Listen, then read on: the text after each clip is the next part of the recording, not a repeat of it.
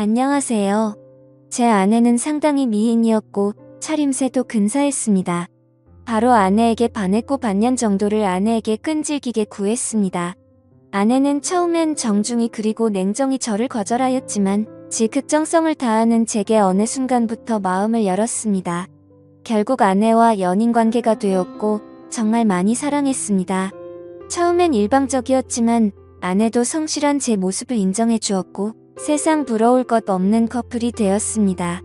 아내와는 2년 남짓의 짧지만 불꽃 같은 연애를 했고 결혼하게 되었습니다. 세상 부러울 것 없는 남자가 된 듯 했습니다. 결혼 당시 형편이 넉넉지 않아 대단한 곳으로는 못 갔고 남들 다 간다는 세부로 신혼여행을 갔습니다. 그래도 처음 겪는 외국의 풍경을 눈에 담는 것조차 가슴이 벅찼고 저희 부부는 그것조차 감격스러웠습니다. 제 생각이지만 아내는 다를 수도 있었겠네요. 그래도 별탈 없는 신혼여행을 보냈고 거기서 첫째를 갖게 됩니다. 지금 생각해도 아이는 제 축복이고 제 인생의 절반 이상을 차지하는 소중한 존재입니다. 신혼여행을 다녀온 뒤 임신한 아내는 직장을 그만두었고 전업주부의 길로 들어섭니다. 활동적이고 사교적이었던 아내의 입장에서는 상당히 힘들었을 수도 있었겠네요. 무료하다는 이야기를 종종 했었으니까요. 저는 결혼 전부터 식당을 운영하고 있었습니다. 김치찌개집이었는데 어머니 손맛이 상당히 좋아 그 비결을 이어받아 가게를 내었고 장사를 하게 되었습니다. 장사는 잘 되었습니다. 20평 남짓의 작은 가게라 많은 수입이 있진 않았지만 그래도 남들 먹고 사는 정도 이상은 벌었던 것 같습니다. 사실 제가 가방끈이 조금 짧았고 이 정도 벌이에 안정적인 삶을 살 수 있다는 것에 감사하며 살았습니다. 임신한 아내와 뱃속에 있는 아이를 생각하며 열심히 장사를 했습니다. 그리고 신혼여행 10개월 후 저희는 세상에서 가장 빛나는 보석을 얻게 됩니다. 너무 사랑스러웠어요. 저에게는 아내와 아이가 동기부여가 되었고 2호점까지 내게 됩니다. 2호점은 1호점에 비해 10평을 늘려 30평 정도로 크게 했고 마찬가지로 장사는 잘 되었습니다. 저 역시 많이 바빠졌네요. 아내는 출산하고 종종 가게에 아이를 데려와 도와준 적이 있긴 했지만 아이가 기어다니기 시작하면서부터 거의 오지 못했습니다. 그러다 둘째를 임신하였고 저와 아내는 서로의 역할을 충실히 하기 위해 가게와 육아를 분리했습니다. 그러던 중 둘째가 태어났고 별탈 없는 일상을 지내던 중 아내의 외도를 발견했습니다. 대학 시절 같이 학교를 다녔던 선배였더군요. 아이들이 유치원과 어린이집에서 돌아오면 직원에게 가게를 맡겨두고 육아를 도우러 집으로 돌아왔습니다. 아내는 취미생활을 해보겠다고 테니스와 수영을 등록했고 제가 집으로 오면 나갔습니다. 주 3회 정도 되었던 것 같네요. 아내는 외출을 하면 자정을 기본으로 넘어 들어왔습니다. 무슨 수영 강습이 그리 오래 걸리냐고 물어보며 강습 후 모임이 있다거나 친구를 만난다고 둘러댔습니다. 처음엔 육아 스트레스에 많이 지쳐 그러려니 했습니다. 오히려 잘 놀다 오라는 말까지 했습니다. 가게 2개를 운영하며 잘 못 챙겨준 것도 미안했으니까요. 날이 밝아서 들어온 적도 종종 있었습니다. 그건 좀 아닌 것 같아서 그때마다 저는 화를 내었고 부부싸움으로 이어졌습니다. 그러던 중 종종 들리는 인터넷 커뮤니티에 다른 사람이 작성한 아내의 불륜 사연을 보았고 그때부터 찜찜한 기분이 들었어요. 어느 날 와이프 핸드폰을 몰래 보았습니다. 한 남자와 주고받은 카톡이 있었습니다. 내용을 보니 가관입니다. 그 남자의 은밀한 사진과 아내의 은밀한 사진들이 교체되며 대화가 오갔고 차마 입에 담기 힘든 낯뜨거운 대화들이 담겨져 있었습니다. 세상이 그렇게 믿었던 아내의 불륜이 이렇게 제게도 찾아왔습니다. 주저앉았고 망연자실했습니다. 한참 허공을 바라보다가 화가 치밀어 다 뒤집어 엎어버릴까 하다가 차분히 생각할 시간을 가졌고 다음날 아내에게 조용히 말을 꺼냈습니다. 와이프는 당돌하게도 외도 사실을 순순히 인정하네요. 아니라고 해명이라도 하길 바랐는지도 모릅니다. 증거가 그리 나왔으니 발뺌하기도 어려웠겠지만요. 아내를 다그쳤고 저는 남자를 만났습니다. 카톡 내용을 들이밀었습니다. 그 남자도 처음 겪는 일이고 무서웠는지 저한테 있었던 일을 다 말해주더군요. 대학 선배였고 졸업 후과 모임에서 만나 정을 키웠다고 합니다. 물론 아내가 애딸린 유부녀인 것도 모두 알고 있었고요.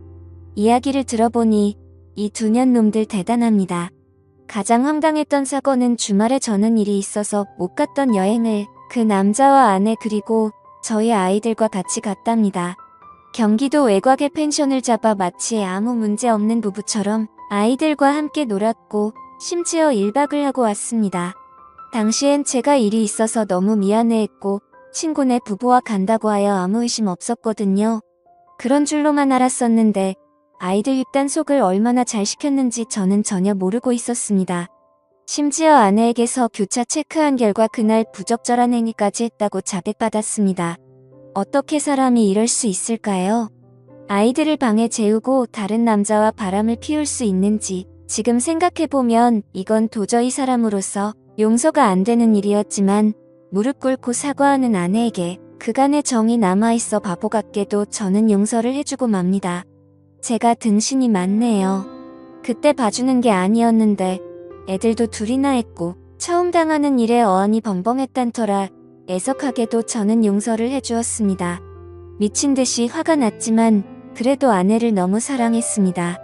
모든 게 못난 제 탓이라니 했고 앞으로의 미래만 보고 원상태로 돌리려 많이 노력했습니다. 주말이면 아내와 아이들과 함께 매주 놀러갔고 의식하지 않으려 그간의 일들을 입 밖에 꺼내지도 않았습니다.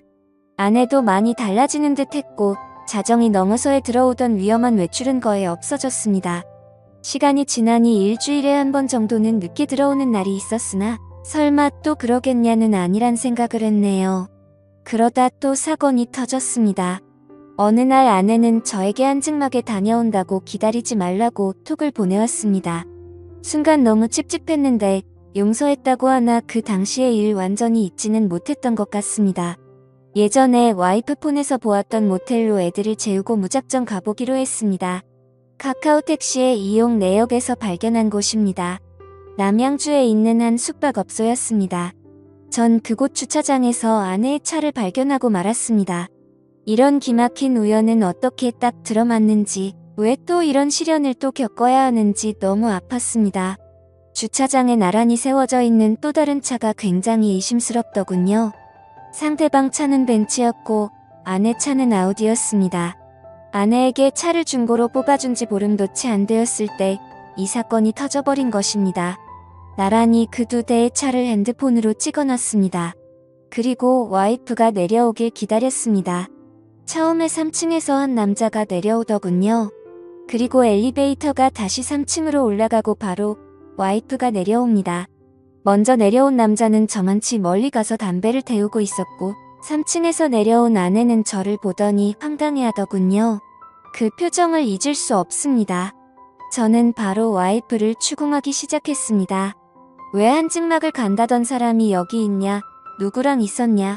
아내는 혼자 있었다라는 말만 하더군요. 말도 안 되는 억지였지만 아내는 이번에 걸리면 끝이라는 걸 알기에 딱 잘라댑니다. 아니 어떻게 혼자 모텔에 있을 수 있냐는 말에 이곳이 온천이 나와 여기로 왔답니다. 그때 멀찌감치 있던 3층에서 내려온 남자가 의심되어 그 남자에게 다가가 물어봤습니다. 그 남자는 아내를 전혀 모른다고 했습니다. 아내도 모르는 사람이라고 했습니다. 아내와 6년 살면서 처음으로 손찌검을 했습니다.